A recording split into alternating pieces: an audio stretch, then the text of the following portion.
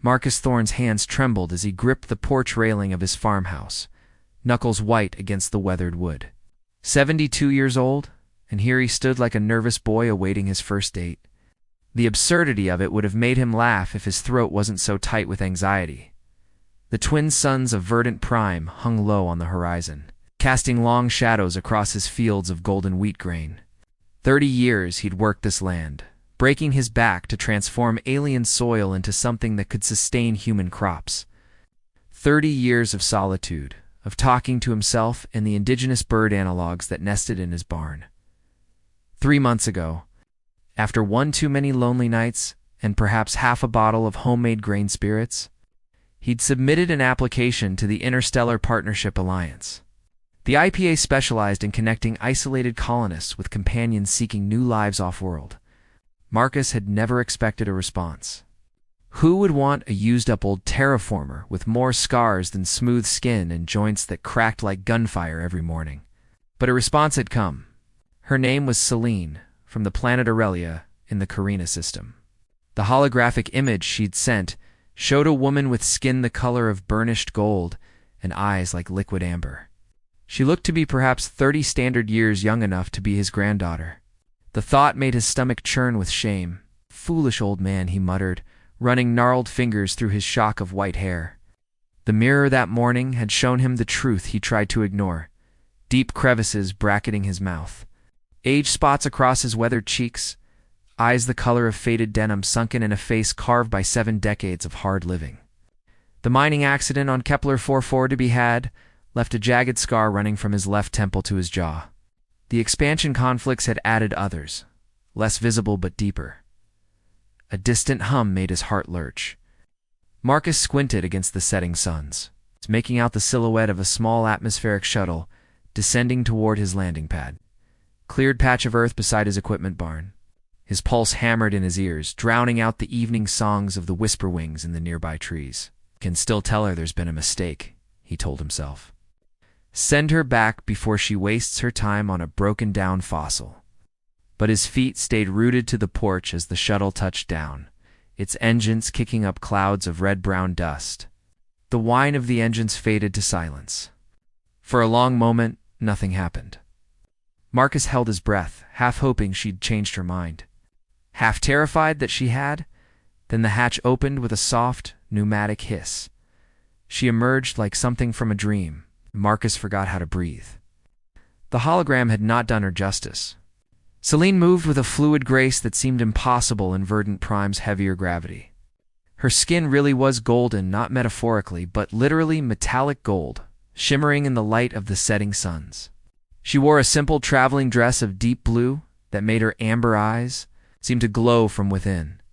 But it was more than her physical beauty that struck him.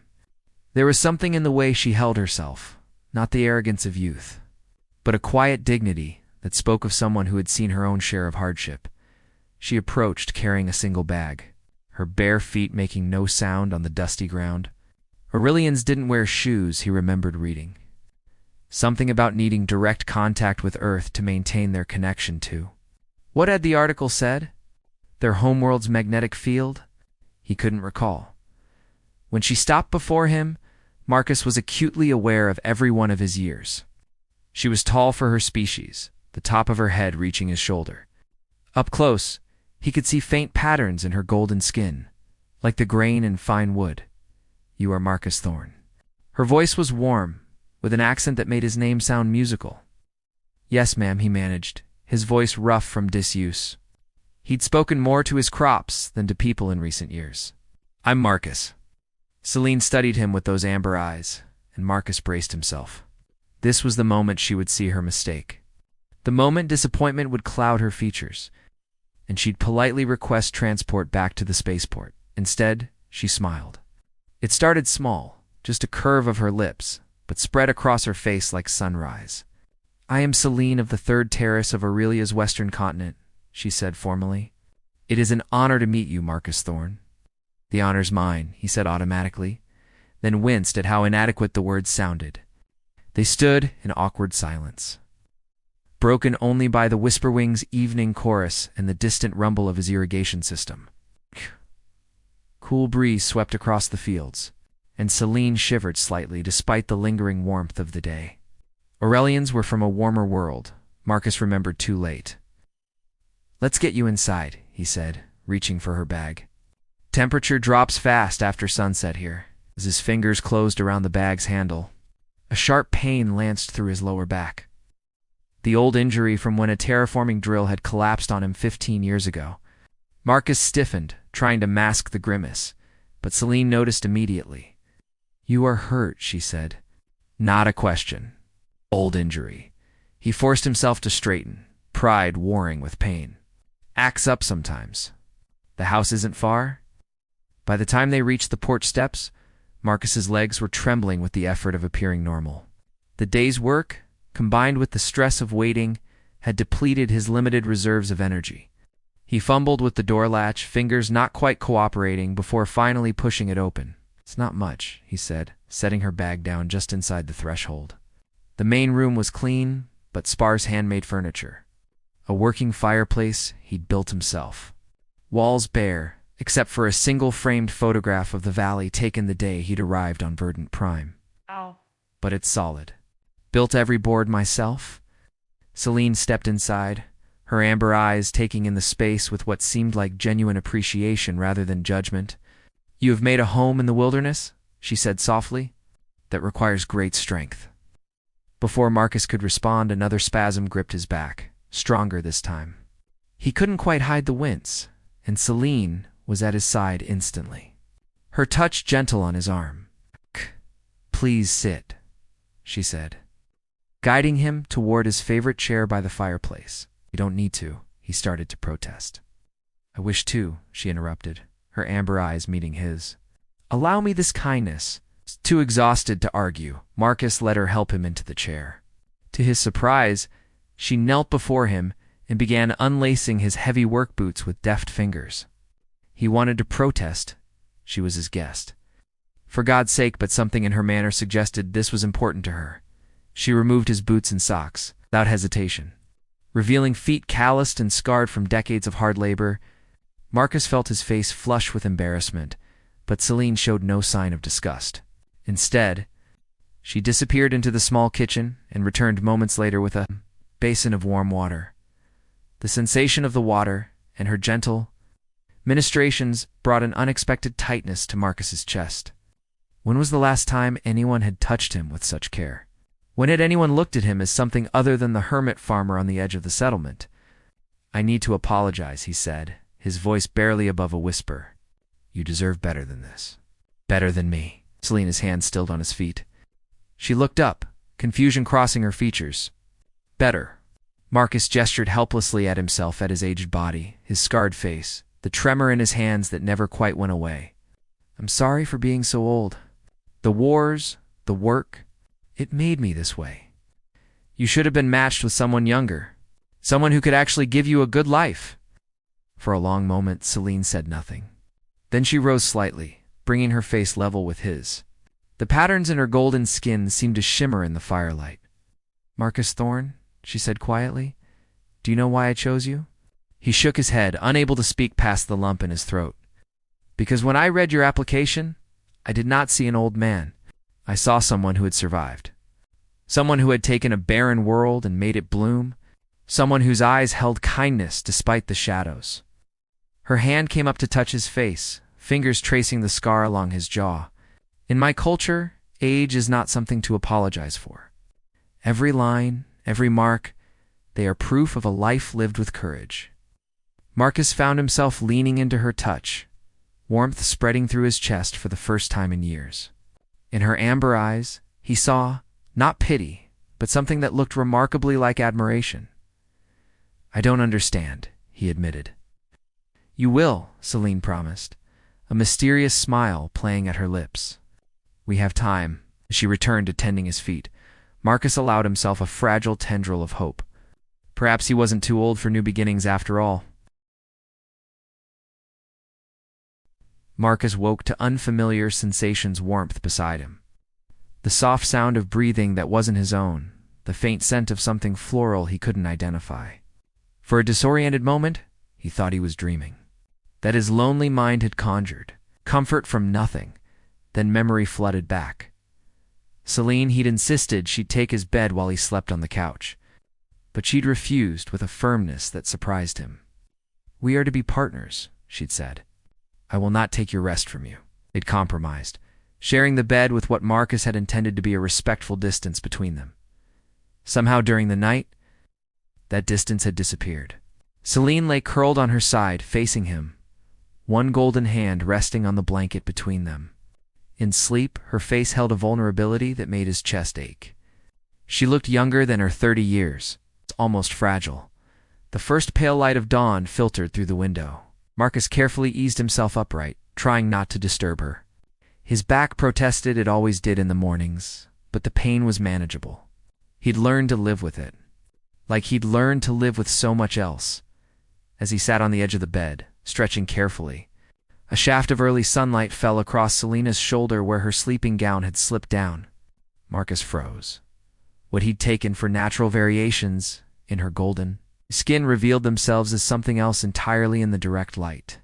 Intricate patterns covered her shoulder and upper arm knot tattoos, but markings that seemed to exist beneath her skin.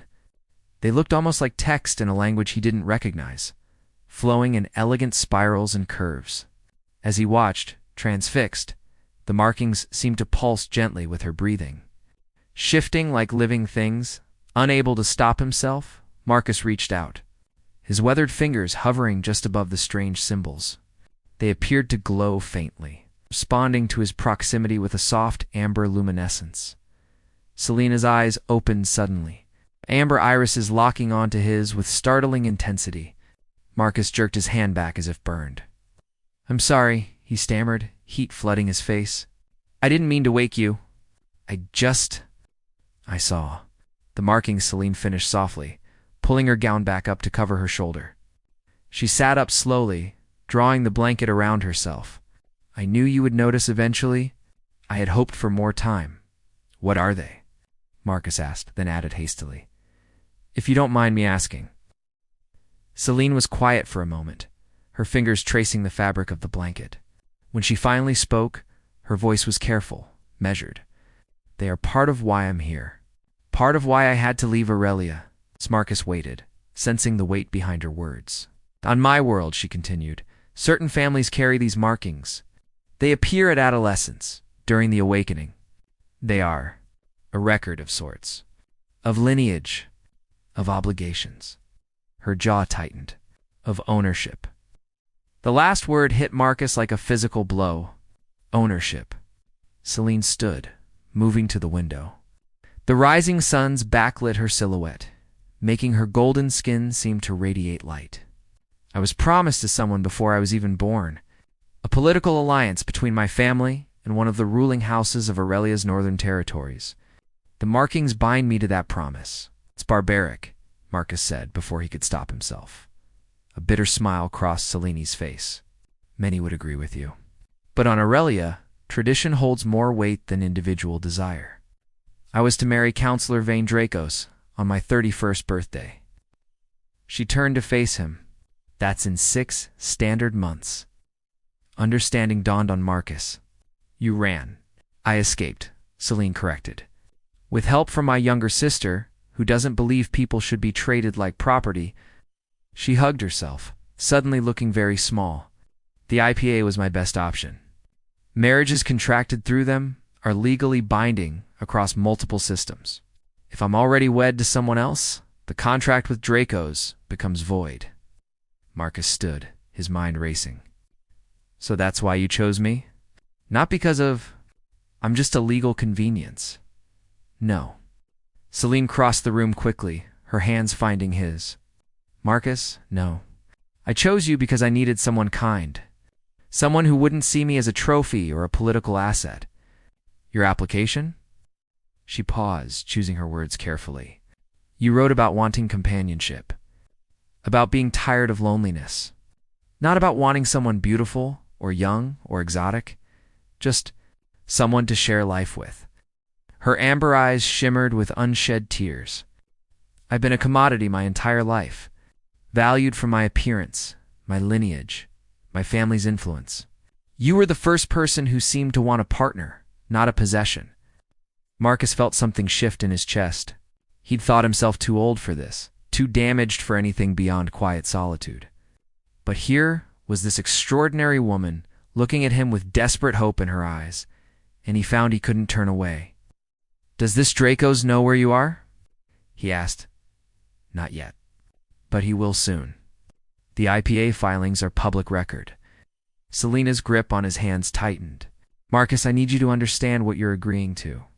Draco's is powerful, vindictive.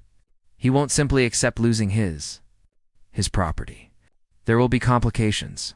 Perhaps legal challenges, perhaps worse. Worse how?" Before Selene could answer, a sharp buzzing sound cut through the morning quiet, the perimeter alarm. Marcus had installed to warn him of approaching vehicles or large animals. They both froze. Marcus moved to the window. Grabbing the compact binoculars he kept on the sill, his stomach dropped as he focused on the approaching vehicle's sleek government transport bearing the insignia of the Colonial Immigration Authority. "Hell," he muttered, "they're not supposed to do residency checks for at least a month." Selene appeared at his shoulder, her face going pale beneath her golden skin. "They know. Someone informed them about my status." Marcus's old military instincts kicked in. He'd served in the expansion conflicts for 12 years before retiring to farm. He knew when something smelled wrong. "Get dressed," he said quietly. "Formal clothes if you have them. We're married as far as they're concerned, and we need to look the part." Selene nodded and hurried to her bag while Marcus pulled on his cleanest shirt and the dress pants he kept for the rare trip into town.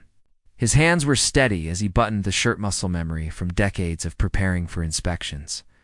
For combat, for situations where showing fear meant losing ground. By the time the transport pulled up outside, they were both presentable and standing together on the porch. Marcus slipped his hand into Selena's, feeling her markings pulse against his palm like a second. Heartbeats who officials emerged from the transport, a stern-looking woman with steel gray hair and a younger man with the bureaucratic bearing of someone who enjoyed wielding minor authority. "Marcus Thorne?" The woman called out. "That's me," Marcus replied evenly. "Agent Harriet Moss, Colonial Immigration Authority. This is Agent Devin Price. We're here to conduct a preliminary inspection regarding your recent partnership filing." "Preliminary?" Marcus frowned.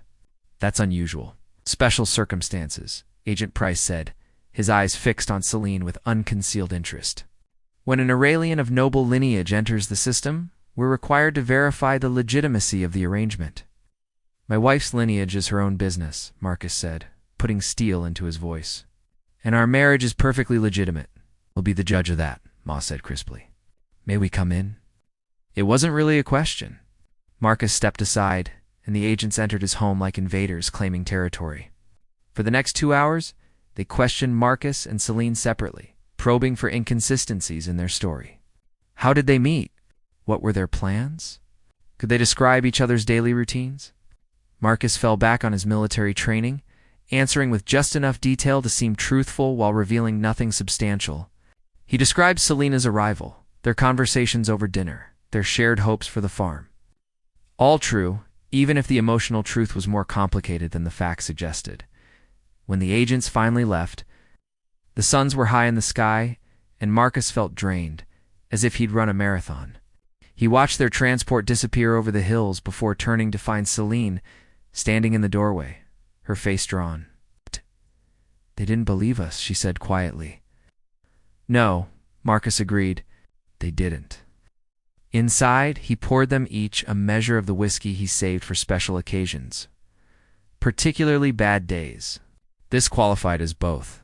They sat at his small kitchen table, the silence heavy between them. "What did they ask you?" Marcus finally said. "About my family. About my reasons for leaving. About the markings." Selene stared into her glass. "Agent Price recognized them for what they are, binding marks. He knows I'm promised elsewhere." "What did you tell him?" "That I chose you. That no contract made before my birth should override my own decisions." She looked up, her amber eyes fierce despite the fear he could see in them. "That I'd rather die than marry Draco's." The vehemence in her voice shocked Marcus. Is he really that bad? Selena's laugh was hollow. Draco's collects rare things.